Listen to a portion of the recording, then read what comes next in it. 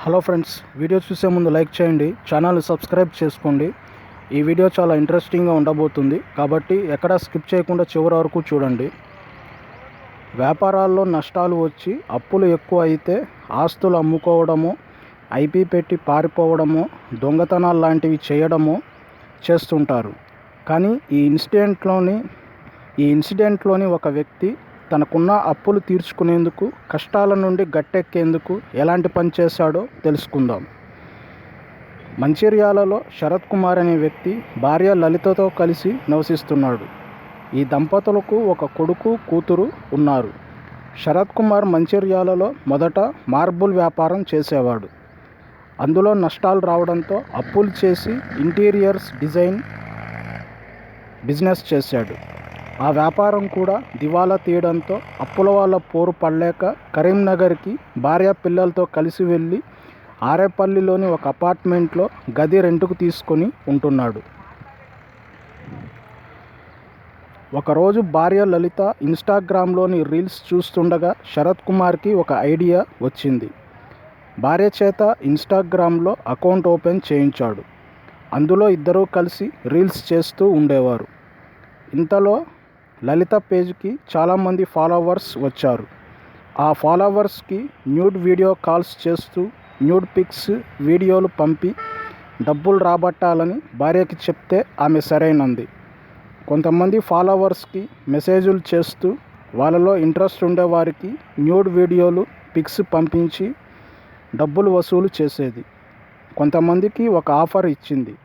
అది ఏంటంటే డైరెక్ట్గా శృంగారం చేసుకుందామని, మా రూమ్కు రావచ్చని, మేము సర్వీస్ ఇస్తామని, నా భర్త నేను కలిసే ఈ విధంగా చేస్తున్నామని చెప్పింది.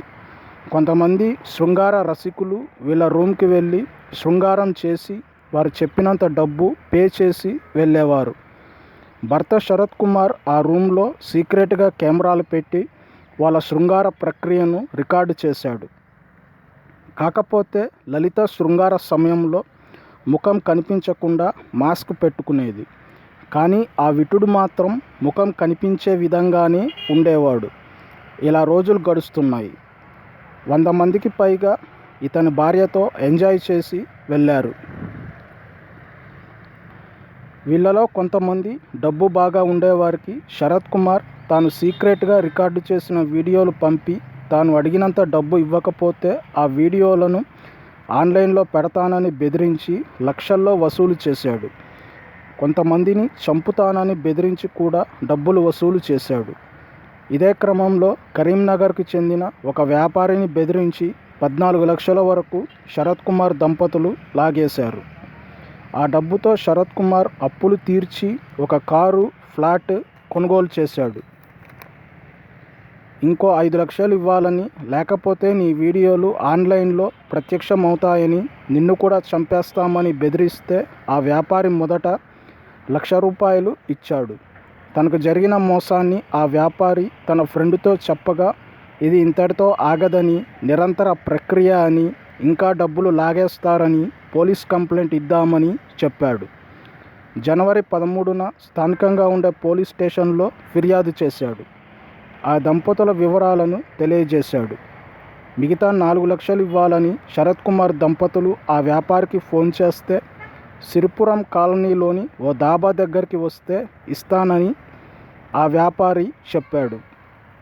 శరత్ కుమార్ దంపతులు తమ కారులో అక్కడికి వెళ్ళి ఆ వ్యాపారి కోసం ఎదురు చూస్తున్నారు. ఈ వ్యవహారం ముందే ఆ వ్యాపారి పోలీసులకు చెప్పి ఉండడంతో పోలీసులు అక్కడికి వెళ్ళి ఆ దంపతులను అదుపులోకి తీసుకున్నారు. వాళ్ళ ఫోన్స్ని పరిశీలిస్తే వందల సంఖ్యలో శృంగార వీడియోలు ఉన్నాయి.